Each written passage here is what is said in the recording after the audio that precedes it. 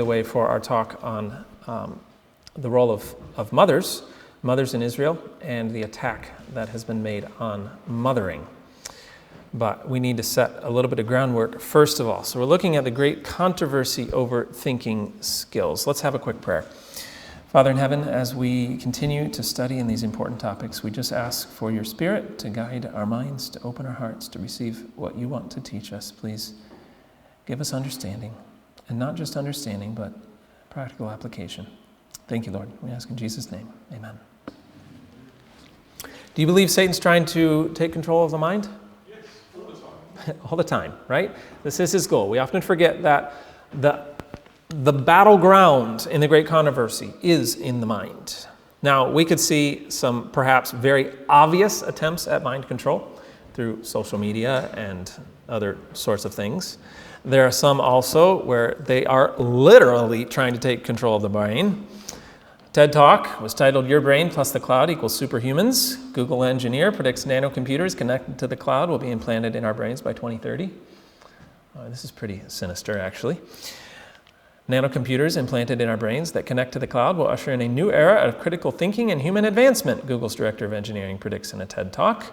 Ray Kurzweil says that by the 2030s, nanobots embedded through the bloodstream into our brains will create hybrid minds that combine the current power of our brain with the almost limitless processing capacity of cloud-based computers. These microcomputers will help us get quick answers to complex problems and will provide the extra juice needed to come up with creative new ideas. I mean, this is just crazy, right? They're actually working on it. Elon Musk wants to connect computers to your brain so we can keep up with robots. Wait, keep up with robots? Wait a minute here. But notice what he says. They want to combine the current power of our brain with the almost limitless processing capacity of cloud-based computers. What are they actually saying there? That we can do better than God, right? They're saying the brain's limited, so we need computers because we can do better than that. Yeah, right. It really doesn't make sense. But, there's a deeper issue here. Who controls a robot? Does the robot control itself, or does the robot programmer control the robot? Exactly. With the help of brain implants that are directly linked to computers, humans may be able to improve their brain function or even one day upload their thoughts or download the thinking of others. Can you imagine? Just the idea of being able to read everyone's thoughts online is scary enough, let alone downloading them and making them your own. But where's this going? I mean, it's not spelled out this way, but think about the implications. Who would be controlling the mind in this scenario? Clearly, not the human itself, but some sort of cloud-based system or someone above that. Now, compare this with what the Lord has told us. God has given men talents, which he means they should use. He has given them minds, and he means that they should become thinkers and do their own thinking and planning rather than depend upon others to think and plan for them. Why has God given us a mind? Well, he wants us to use it. Pretty simple. Now, I want to be clear. I'm not suggesting that this is the future of the world and soon everybody's going to be controlled by computers. I'm not going down that conspiracy theory. But the reality is, I would like to suggest that the future looks a lot worse than that.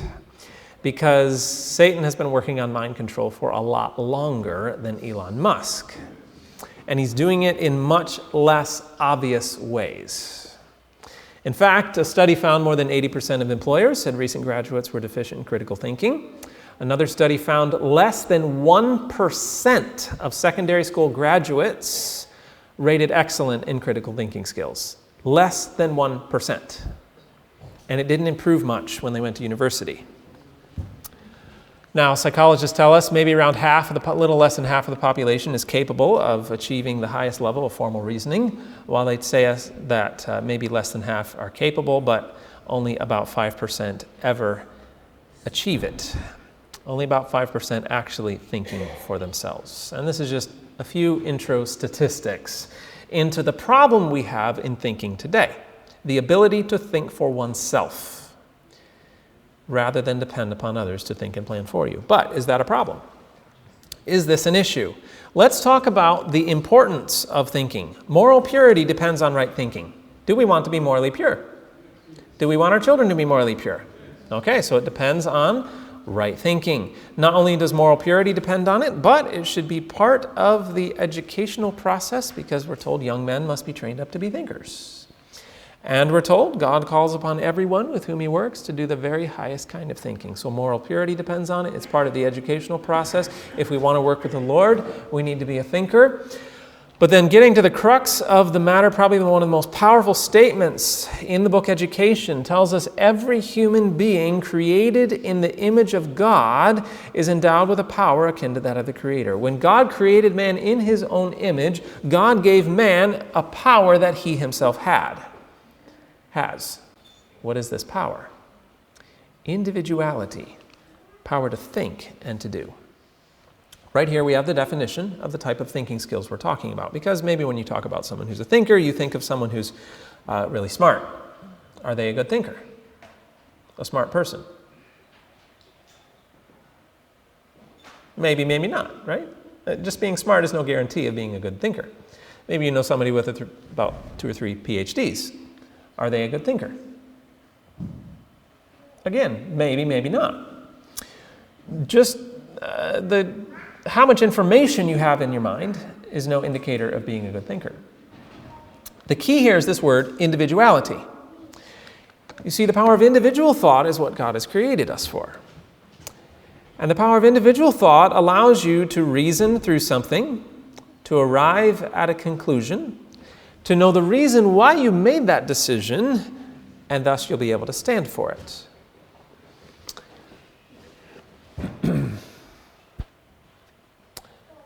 And this is vital for the last days, because if you're going with the flow, you'll go with the flow. And we know that the flow at the end of time is going to be in which direction? Not the one we want to take, right?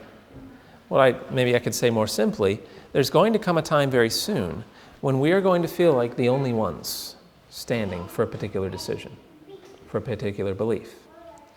And if we are not accustomed to standing and going against the flow now, we're not going to find it very easy. Well, we probably won't go against the flow later when it gets more difficult.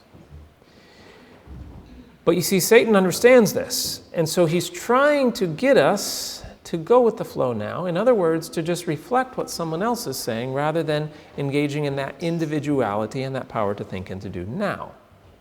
Now, what does this have to do with education? The next paragraph tells us it is the work of true education to develop this power of thought, individual thought, to train the youth to be thinkers and not mere reflectors of other men's thoughts. Now, when I first read this, as an educator, this was kind of my aha moment. It's like, whoa, wait a second. 2 systems of education outlined here, right? It says true education will develop thinkers, and then it talks about what false education does. It develops, what's the word used? Reflectors. And I thought to myself, now, those educational systems that I've been trained to work in as a teacher, what do we do? What do we spend the majority of our time doing? Training a thinker or a reflector. Like, hang on, we're training reflectors. Year after year, we give students textbooks, information, and what do we tell them to do with it? What's that? Study, okay, but what does study actually mean in this context? To learn, that's good. Learning is a very, very broad term. In this, to memorize, exactly. That's really what we tell them, isn't it? We tell them study it, but what we really mean by that is, well, remember it for the test. Year after year, after year, after year, after year, and they get to university and not a whole lot changes. You just start to get into these analytical thought sort of things in philosophy and things where maybe you're not doing as much memorization, but you're still analyzing what someone else wrote down. You're not coming up with your own thoughts. You're still reflecting. We'll come back to that in a few minutes. But the reality is, the end-time battle is a battle over who is controlling our mind. And I'm moving very quickly through some of these points. You can go to our YouTube channel, get more information, watch our DVDs if you want these more laid out a little more slowly. Or, I'm going to pause for a quick commercial break. True Education Symposium in Wales. Not this coming week, but the next. Talk to me if you want to register. We're going to go over all of this in much greater detail, and there's several other speakers who are going to be covering some really great topics. You don't want to miss that. In fact, I just had a confirmation from a friend of mine in the U.S. who's coming to do agriculture classes as part of that symposium. So don't miss it. Don't miss it. Come talk to me if you want to register. As I was saying, though, the end-time battle is a battle for the mind. Revelation chapter 7, verse 2 and 3 talks about the sealing of God's people. And where is the seal placed? On the feet? Shoulder? Back of the head? Forehead, right? Why? What does the forehead represent? The mind, the frontal lobe specifically, which is the seat of decision making. Here's a bit of science for you. The anterior cingulate cortex, right there in the yellow, in the core central part of the frontal lobe, important for many functions, but notice the last two on the list here. Error detection, recognizing between truth and error, is that important for a Christian? Absolutely vital. And the center of the free will. This is the moral decision-making part of the brain. And what is God saying? I want to place my seal upon this area. Obviously, this is not a rubber stamp, God's people are, no. This is talking about a period of time when God's people have reached a point where they will choose. God knows every decision they are going to make is going to be for His side. They've devoted their decision-making powers to Him. But is God the only one who wants control over the anterior cingulate cortex and the whole mind? No, Satan does too. Revelation 14, verse 9, where is the mark of the beast placed? Same place, forehead or hand, interestingly. God wants us to only choose, or to choose to follow Him. Satan will be happy to get us either ways, through our actions or our choices. But this is a theme throughout the Scriptures. Isaiah 1:18, come let us reason together, though your sins be as scarlet, they shall be white as snow. Thinking abilities connected with the process of salvation. Romans chapter 12, verse 2, wherefore be not conformed to this world, but be transformed by a renewing of your mind. In other words, don't be a reflector, be transformed to the renewing of your mind. 1 Peter 1:13, wherefore gird up the loins of your mind. It's all throughout the Scriptures. The end-time battle is a battle over the mind. We're told the warfare in which we are engaged is largely mental. And when you control a man's thinking, you don't have to worry about his actions. That's Carter Woodson, historian. I think Satan knows this, clearly. Now here's an interesting one. There was a famous leader. At the height of his career, he was adored and loved by his country. Voted in by the popular vote. He once said, how fortunate for leaders that men do not think. Did I give away who it is by this picture here? That was Adolf Hitler. Adolf Hitler. Adolf Hitler.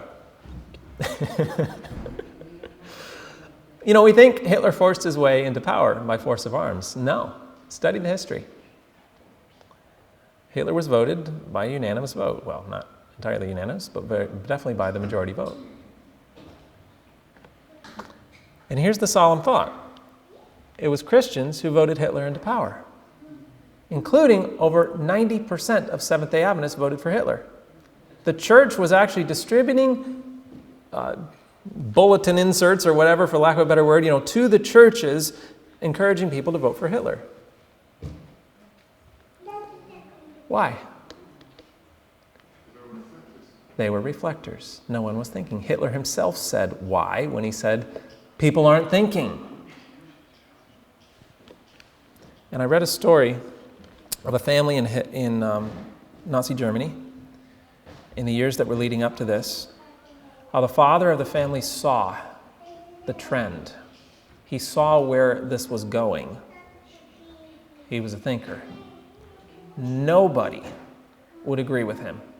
Everybody's like, no, listen to Hitler's going to do this, and we're all going to have jobs, and we're going to reform the economy, and all those promises that Hitler made. And he said, no, you don't see where this is going. It's the special work of Satan to take possession, in these last days, to take possession of the minds of the youth. Now, how is he going to do this, is the question. His key is education, because as we have seen, it's the work of true education to develop thinkers, false education to develop reflectors. What sort of things might we find in the educational system that damage thinking abilities? Well, the list is quite long. Let me mention a few. We've talked about the need for physical activity. Would this affect thinking abilities? Would a lack of physical activity affect a child's ability to think and develop thinking abilities? Absolutely. It is absolutely vital. You wonder why they're removing, and it's just all about the bookwork and the sit-down time. It's very connected with this. Research is very clear that, especially for young children, the physical activity is much more important than the time they spend studying. A few examples: the cerebellum is a large, important area behind the brainstem, and it's connected with the higher frontal levels in the brain. Around, I believe it's about 40% of the neurons in the cerebellum reach into the frontal lobe. So a well-developed cerebellum is going to have profound impacts on one's thinking abilities. Also deals with things like performing repetitive activities automatically, cognitive skills, language skills, social interaction, music, and attention. Very important parts or functions of the brain. How do we develop the cerebellum? Movement. Physical activity actually is the way in which the brain develops the cerebellum. If a child is not getting sufficient physical activity, they're not going to develop this part of their brain properly. Hippocampus, a vitally important part of the brain, responsible for memory, spatial navigation, behavior, emotion, and many other important functions. Again, physical activity helps develop the hippocampus. Corpus callosum, a vital connecting member of the brain. It's the connection between the brain hemispheres relating to cognition, motor skills, sensory information, and much more. How do we develop the corpus callosum? Movement, again, physical activity. In fact, notice here, this is a diagram, a scan representing the connection of the different parts of the corpus callosum into different areas of the brain. Notice the front little part of because the corpus callosum is located right in this area. If we go back here, you can see it right here. The image is flipped around there. So the corpus callosum is here, and it's reaching out into the different parts of the brain. Notice the very tip, the very front of the corpus callosum. This is called the genu of the corpus callosum.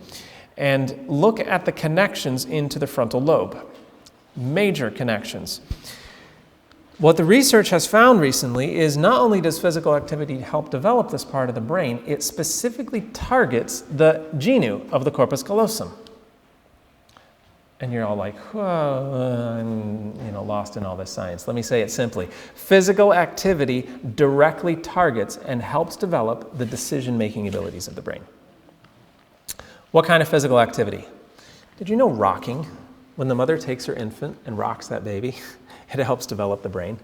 Incredible. Crawling. We're in a hurry to get our kids to walk. No, let them crawl. It is necessary for development. Crawling is so important that we are now using it as a treatment method for learning disabilities. At 10, 11 years old, they'll have children crawl because it's so good for their brain. Spinning, hanging upside down, things that kids love to do, right? And we adults don't enjoy it so much. It is good for the development of the brain. God designed it that way. God designed children to be active because he knew it would help them. So when we cause them to be sedentary, especially sending them off to school at an early age, or even in the homeschool, right? Making them study before they're ready for it, then we are going to see intellectual deficits and we're going to see a lack of thinking abilities. Now, I should mention, what is the best form of physical activity? We looked at it yesterday. No line of manual training is of more value than agriculture. And we saw a lot of the benefits of agriculture. Point number 2, overstimulation. This has become a big problem in today's world. where we overwhelm the mind with too much input, and again, because of our information-based mindset of true education, it's all about what am I teaching them, what activities do they have, all these sorts of things. It's you've got your homework and you've got your music lessons and all the extracurricular activities, and we pack the day with so much to do, it actually begins to overwhelm and overstimulate the brain. And just a few examples that we find, especially in childhood: too many toys. They actually find the more toys a child has, the more bored they are, which is rather ironic. Too much in the schedule, becoming a big problem today. Too much school in and of itself tends to be overstimulating and at least overwhelming to the brain. And definitely media in and of itself is overstimulating, especially to the developing brain. And what this causes, as we're overwhelming the brain with so much input, it reaches a point it just can't handle it all, and we start to see symptoms like stress, like overactivity, frustration, being irritable or grouchy, overtired, and of course superficial thinking, because they don't have the time to focus on one thing. A recent study found a huge uptick in anxiety problems in children lately. And I think to myself, children shouldn't have anxiety problems. Children should be happy, and as the Spirit of Prophecy says, free as lambs. They shouldn't have these stresses. But again, it's our information-based mindset, where even though we might change the content, we're still trying to cram too much in, and often too early of an age. We need to go back to God's original plan, back in harmony with nature, living in the country, in the quiet, simple lifestyle. Dr. Moore says, quietness, calmness, freedom from artificial excitement builds strength in the immature child. Too much study, another major problem, and certainly study is a good thing. Nothing wrong with study, but we can have too much of a good thing. Remember, we talked yesterday, the need to divide the time in adulthood, in young adulthood. For children, it should be the majority of the time spent doing active, practical things. Too much study is linked to superficial learning, many burnout illnesses, and learning disabilities, all connected to too much study, which is really interesting. And I've worked with quite a few families and seen it very clearly. Many times when we have a child or a young person with a particular learning disability, we try to get them to study more, right? We do more tutoring with them, more book work. And what the reality is, if we would just take a break and not try to pressure it so much, a lot of times that learning disability, so-called, would tend to go away. A study found that if we delayed school entrance by 1 year, 76% of ADHD would be gone. Did God tell us to delay it 1 year compared to the world? No, actually a few years later than what the world usually does. And so a lot of these problems, we're actually just creating them. Testing. This one not only pressures children into acting like everybody else and learning like everybody else, but it compares them to everybody else and makes them have to think the same way as everybody else. And the reality is, testing is not at all good for learning. Teachers kind of like it, and it can measure some learning, but it is not really helping them learn. And probably one of my favorite illustrations is the animal school. For a fair selection, everybody has to take the same exam. Please climb that tree. Who will succeed? The monkey, right? Who will fail? The elephant, right? The fish, most of the rest of them, right? That wouldn't be fair. Who's heard the parable of the animal school? I've told it a few times. Only one, two or three? Okay, we got to tell this again. So, once upon a time, the animals decided they needed to do something to meet the demands of the new world. So they organized a school. They adopted a curriculum with 4 subjects. They had running, climbing, flying, and swimming. Great animal school, right? So all the animals were very motivated. They wanted to get good grades, so they all tried very hard. The duck was excellent at swimming and flying. In fact, better than his teacher. But he lagged behind his classmates in running and climbing, and so he had to stay after school and drop swimming to practice those 2 subjects. Well, soon his webbed feet were so badly worn from running that he was only average at swimming. He wasn't excellent at anything anymore. The squirrel was first in his class in climbing and running, second only to the duck at flying. But he developed some pretty serious frustration issues in the flying class because his teacher was insisting that he start at the ground and fly to the top of the tree. And the squirrel said, "No, that's not how you fly. You climb to the top of the tree and you jump." Nonconformist.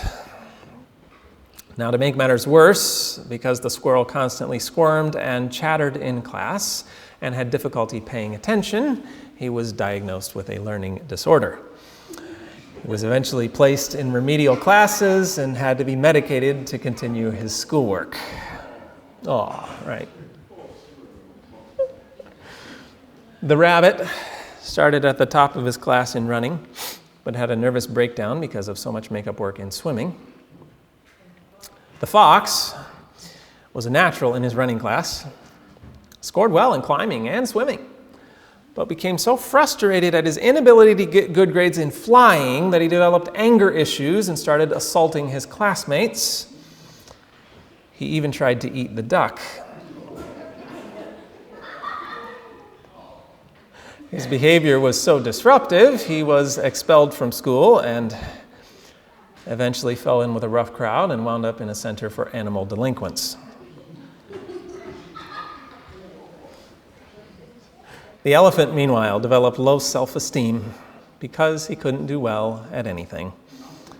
When he sank, I love our running commentary back here.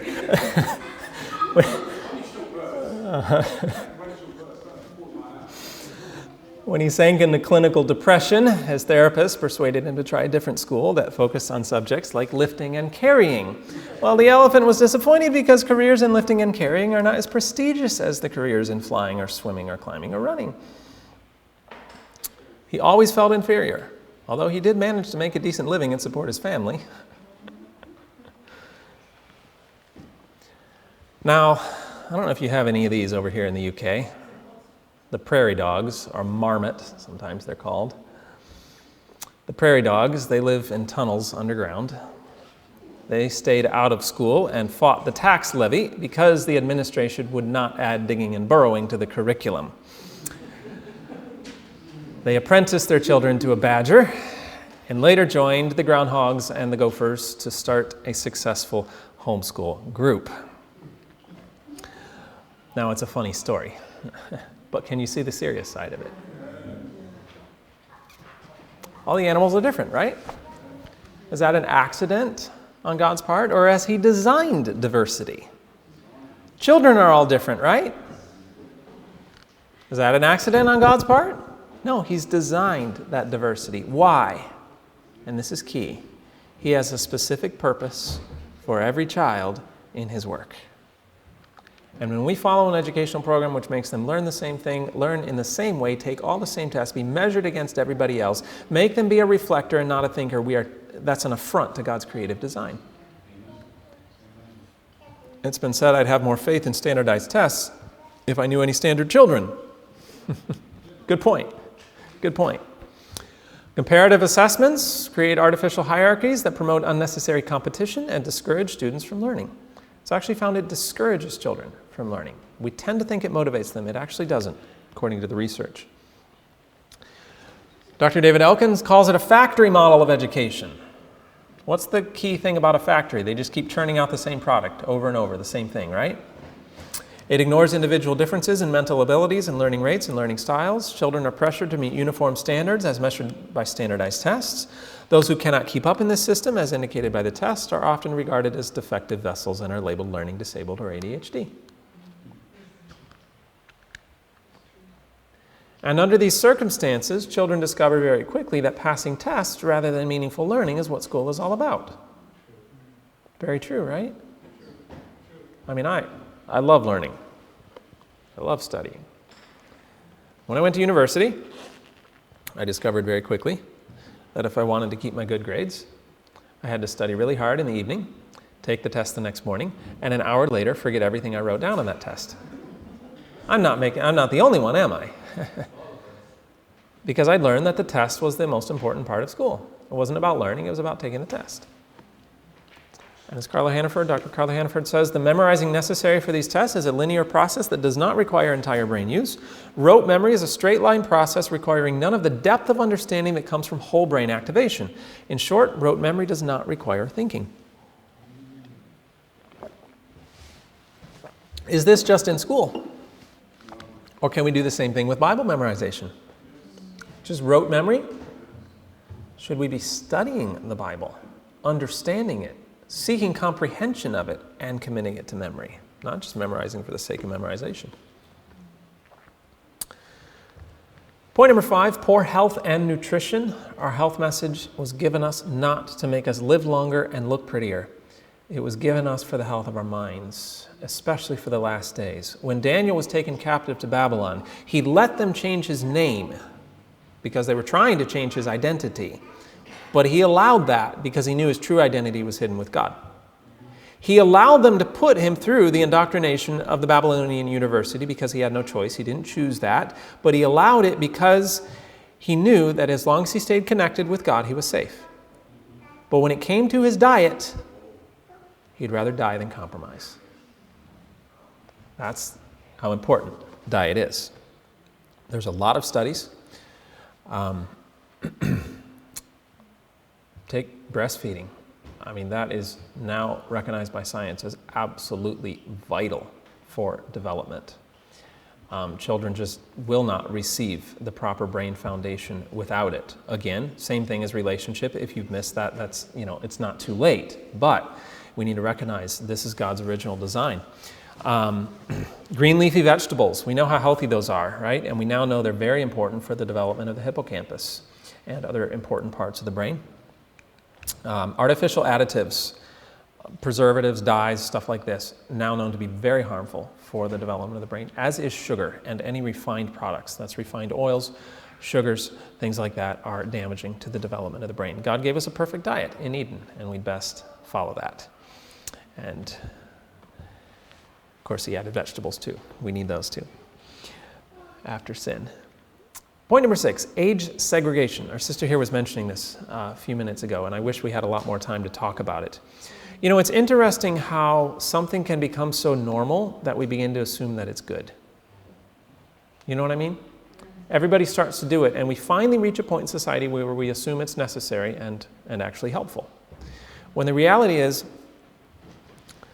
what we see today, where children in the school are separated by age, and in recreation, they're separated by age, and in the church, they're separated by age. This is a new idea. This is not the way it has been historically. The placement of children in separate classes with others of the same age is a fairly recent phenomenon. Age segregation did not occur in full force until the advent of compulsory education laws brought a large influx of children to the public school system. Right? So previous to this, children were learning in the context of the family. Maybe the one-room schoolhouse. From their grandparents and their uncles and their parents and everybody, there was a chance to learn. But then compulsory education comes along, requires millions of children to attend school, and you've got to organize them somehow. What's the logical way to organize children? By age, right? So it makes sense why they did it, but the reality is it's not at all helpful. Never in history until the 20th century have young people been largely separated from the ongoing productive activities of society. We're removing them from what it means to be an adult. And the reality is this is not normal, real life. Dan Greenberg says, does such division take place naturally anywhere?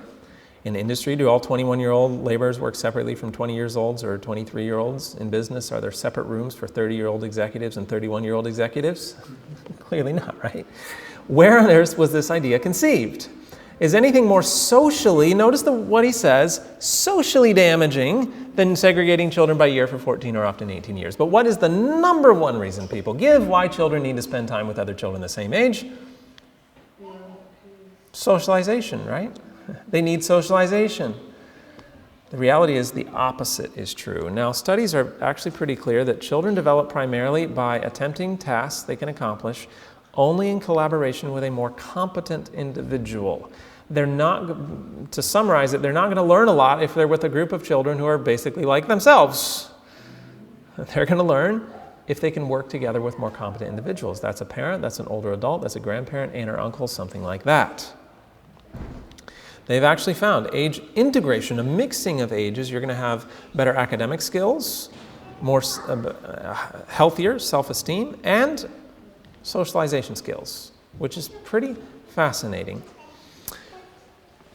I'll share another study in a minute. Let me read this one. The results seem to show, Dr. Larry Shires, along with one of his colleagues, did some really groundbreaking research in socialization a few decades ago, pretty well known.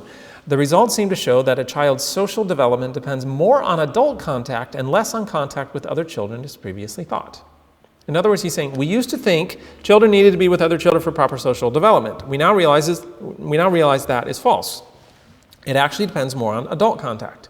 Dr. Shires, and again, I forget his colleague's name, I forget who pioneered the research, but they did a study and they compared two groups of children from sort of opposite ends of the socialization spectrum.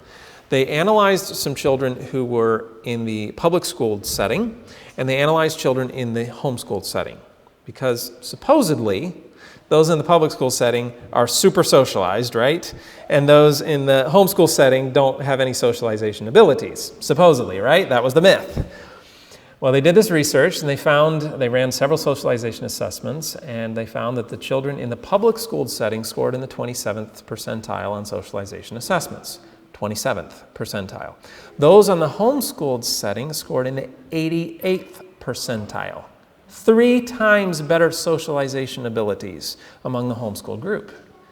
And they were like, whoa, this is pretty major compared to what they usually think. And that's why he's saying it depends more on adult contact, less on contact with other children as we previously thought. He's recognizing, we didn't understand this correctly. But for some reason, well, I think we know the reason. Satan's trying to keep it going. This myth hangs on that children need to be with other children for proper socialization. The reality is Satan wants to get children with other children because he knows it's an opportunity for Satan to inject evil into them, right? And this is not just in the school. I mentioned in the church, I actually just finished a book called Gather the Children. I'll have it with me on the resource table, that I just wrote on the topic of Sabbath school and age segregation and how we can do better. And I explain a method that we can use to involve the entire family in the study of God's Word through the Sabbath school environment. So don't miss out on getting that book. I was talking with a friend, it's a professor, and he said, are we training our children to be children or adults? Are we training our children to be children or adults? Yeah, I know the moms here are like, oh, I don't want my baby to grow up. But no, really, you want your child to become a meaningful adult, right? And my friend said, look, children don't learn how to be adults from other children. They learn from adults. It's logical. They need other adults for proper development. Okay, point 7 would be television and electronics. And I wish we had more time to go into these topics. This is obviously one of the major attacks on thinking abilities. Children spend more time with electronic media than they do in any other activity aside from sleep. And we've given a lot of attention to bad content in media, when the reality is the research is quite clear that it's just media in and of itself. I'm talking nature programs. I'm talking stuff that we think is good, educational media. It is negative. It affects children's development and their brains negatively. If you want to understand more about that, you can watch my series, iChild. And we also have to consider how incredibly addicting media is, even good media. Dr. Nicholas Kardaras, who is one of the world's elite addiction specialists, he says, I've worked with hundreds of heroin addicts and crystal meth addicts, and what I can say is that it's easier to treat a heroin addict than a true screen addict. Are we processing this? Parents, do you let your children use heroin? No, I doubt it. Here we give them something that can be even more addicting.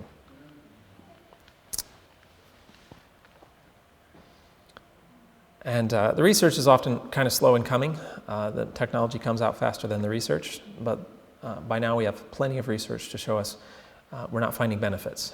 The more research that's done, the more damages we're finding from media. And again, even educational media. There is yet to be found a single long-term study that I'm aware of that has shown a benefit, a long-term benefit from educational media. and all the damages besides.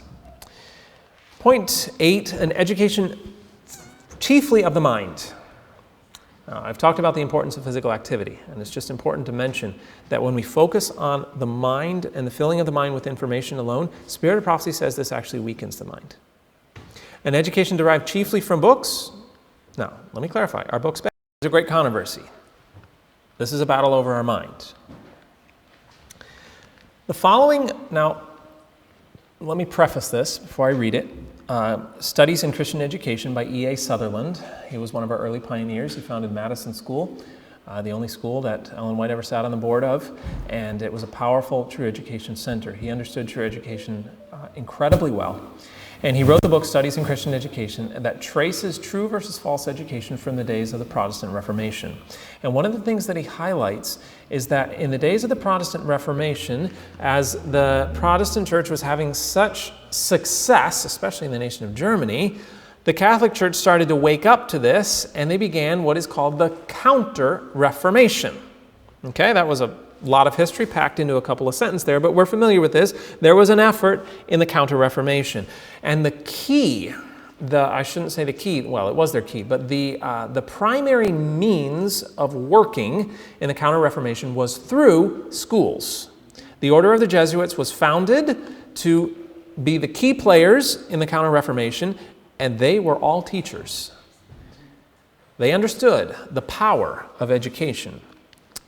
What were their methods?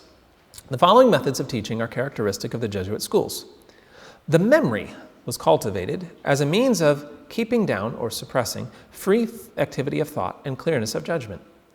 It sought showy results with which to dazzle the world. A well-rounded development was nothing. The Jesuits did not aim at developing all the faculties of their pupils. Okay, what was their characteristic here? What was their key method of operation? The memory was cultivated. Why? To suppress free activity of thought and clearness of judgment. Do we see any of those methods in use today? Reflectors. When a student could make a brilliant display from the resources of a well-stored memory, he had reached the highest points to which the Jesuits sought to lead him. Originality and independence of mind, love of truth for its own sake, the power of reflecting and forming correct judgments were not merely neglected, they were suppressed in the Jesuit system.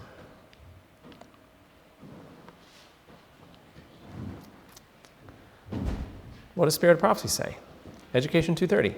For ages, education has had to do chiefly with the memory. This faculty has been taxed to the utmost, while the other mental powers have not been correspondingly developed. Students have spent their time in laboriously crowding the mind with knowledge, very little of which could be utilized. Do we see that today? Just learn it, you'll use it someday. Did you have a problem with algebra? You mentioned that last night too.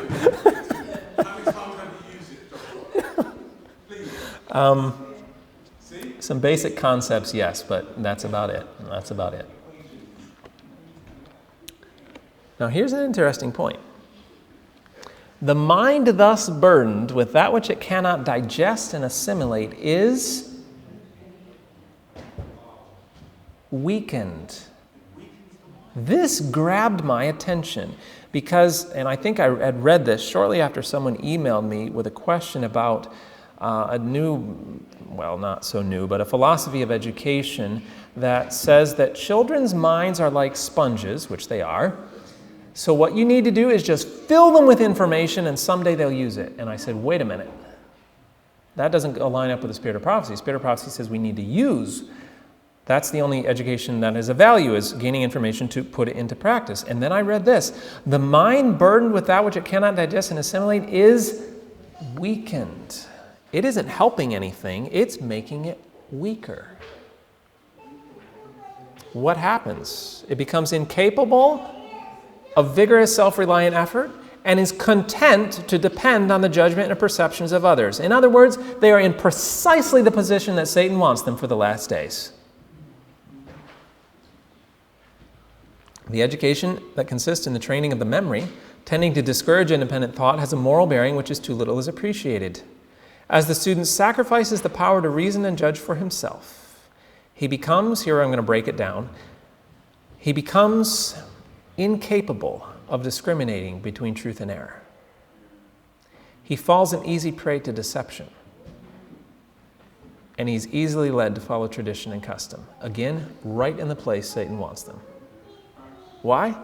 By following a false educational system focused on the gaining of information without application. Do we understand now why, in this counter-Reformation system, the memory was cultivated as a means of keeping down free activity of thought and clearness of judgment? Okay, that was the counter-Reformation, late 1500s. Let's fast forward a little bit. 1800s. Education should provide the means to destroy free will. You're just going to say it like that? Yep. Johann Gottlieb Fichte, his address to the German nation, 1807. If you want to influence the student at all, you must do more than merely talk to him. You must fashion him, and fashion him in such a way that he simply cannot will otherwise than what you wish him to will. And that's shocking in and of itself.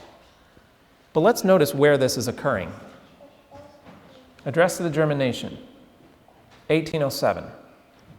This was Prussia at the time and the beginnings of the Prussian educational system.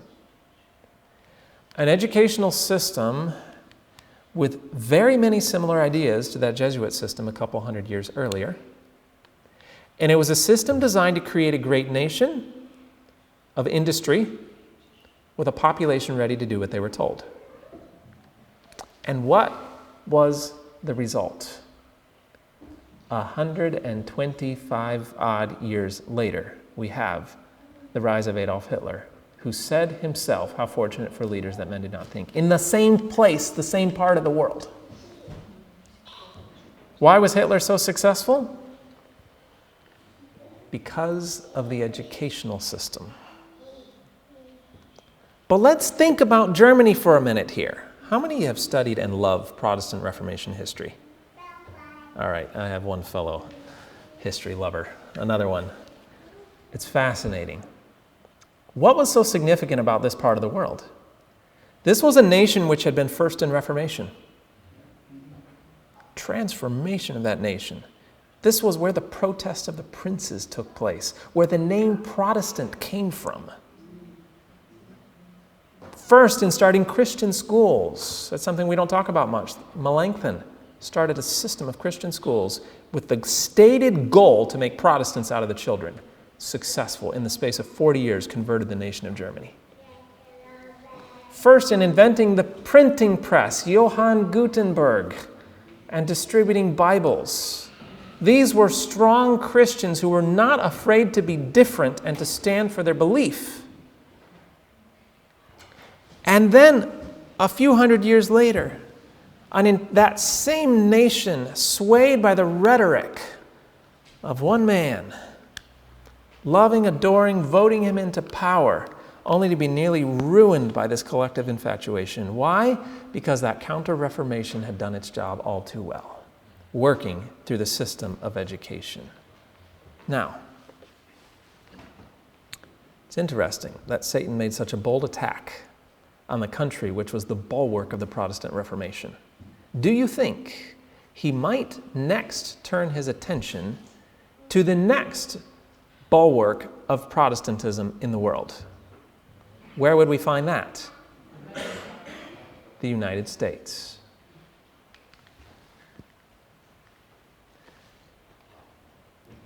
Elwood Cubberley, writing about public education in the United States. The school reorganized its teaching along lines dictated by the new psychology of instruction which had come to us from abroad. Where was abroad? Prussia.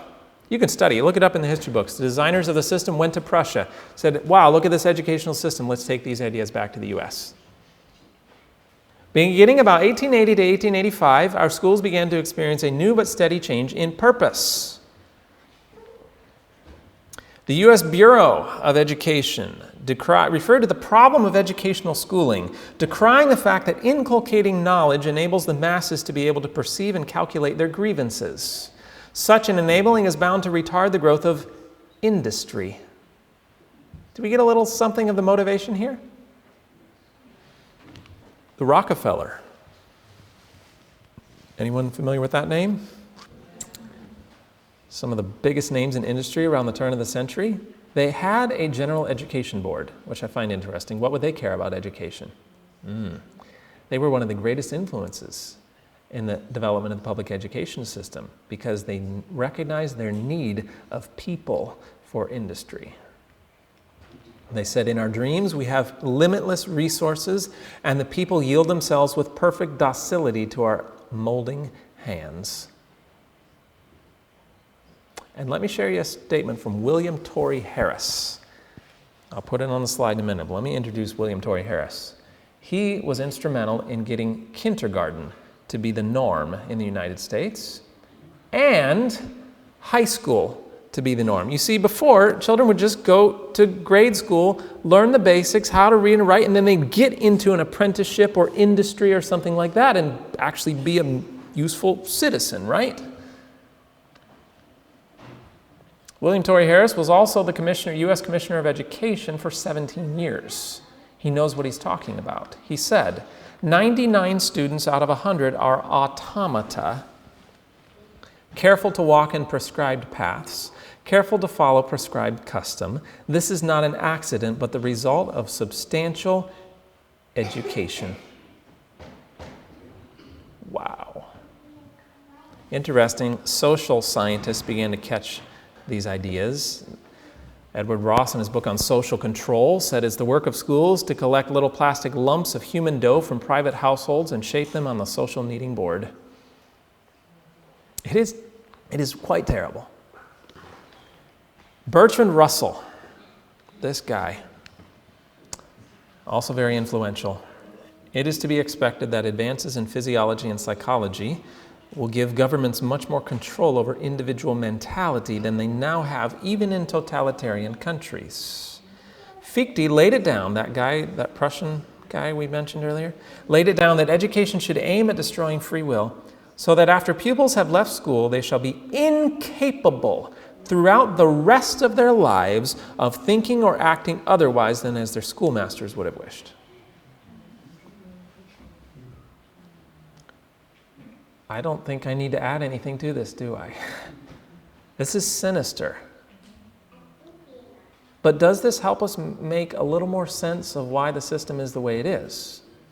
Why the push to get kids in earlier and earlier? People say the school system is broken. I disagree. It's doing exactly what it was designed to do. Friends, what we need is a different system. And God has already given it to us.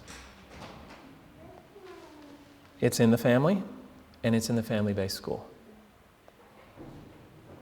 And it's in His plan of schools that help the family. It's in that method given in Deuteronomy. It's in the instruction given to the Hebrews. And it's in the instruction He gives us today that says, in His wisdom, the Lord has decreed that the family shall be the greatest of all educational agencies. Is it any wonder that the family is under attack? Here's another one, Elwood Coverley, Changing Conceptions of Education, 1909. The attitude toward the control of the child is likely to change. Each year, the child is coming to belong more to the state and less to the parent. The plea in defense that the child is my child will not be accepted much longer by society. Written in 1909. Was it an accurate prediction? Here's one. It's attributed to John Dewey. I haven't been able to verify that. John Dewey was father of modern public education. Regardless, excellent statement. If the public schools can keep children occupied from 7 or 7:30 in the morning throughout the day with sports after school and homework in the evening, the parents will have less than an hour a day with their children, and the families and the Christian church's influence over them could be broken in about a generation. How accurate. Oh, I'm sorry. There it is. A generation. Have we seen it? Yes. The position of a parent is one of the most responsible on earth. It's far too lightly regarded by the majority of the world. The future of the rising generation is in the hands of parents, for in a great measure they hold within their control the destiny of their children for time and for eternity. The salvation of the young depends almost wholly upon the training they receive in childhood. This is why Satan is trying to break the family. This is the responsibility God has placed in parents' hands. What if they give that responsibility to someone else? Horace Mann, probably one of the key figures in developing the public education system in the United States, said, "We then who are engaged in the sacred cause of education," he got that much right, it is a sacred cause, "are entitled to look upon all parents as having given hostages to our cause." The language of war. Hostages. When I thought about this, I said, wait a minute.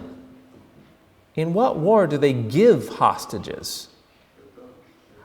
They take hostages, right? How ludicrous is this? We willingly give them.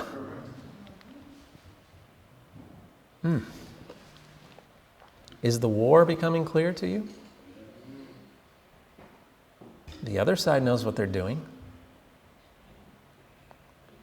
Are we playing the defensive or are we taking the offense? You know what I mean by that? We need to be taking initiative in this battle because they are. Yes. Never before was there so much at stake. Never were the results so mighty depending upon a generation as upon these now coming upon the stage of action. We are facing momentous times, and we are fighting a battle. We need an education that teaches a thinker and not a reflector. God has given us a plan and a method by which we can do that. To summarize, you can read it in Education, page 17. It says that we need to study the sources of truth. What do we have for sources of truth? Bible, nature, spirit of prophecy, right? The vast fields of research in nature and revelation, and contemplation of the great facts of duty and destiny. Duty being, what is God's will for me now? We're told in Spirit of Prophecy, the first great lesson in true education is to know and understand the will of God. Imagine what would change if we truly embraced that counsel. And we made the first lesson we taught our children how to know God's will. Think we'd have a transformation? And destiny means, where am I going? Not what is my career, but where am I going? What is my destiny? This is God's method. And again, that's Education, page 17. You can go read that chapter, study that out. This is his formula for the development of a thinker. But I hope and pray that you have caught a glimpse of the battle and you'd be willing to fight it. And not let Satan have control in your own homes and families. Because it's easy to point fingers out there, right? Look how bad it's getting. But we need to make sure we're pointing back at ourselves and not letting Satan to have these inroads in our homes. I'm going to talk a little more about this battle, specifically over breaking the family and breaking the mother's influence in the home in our next session.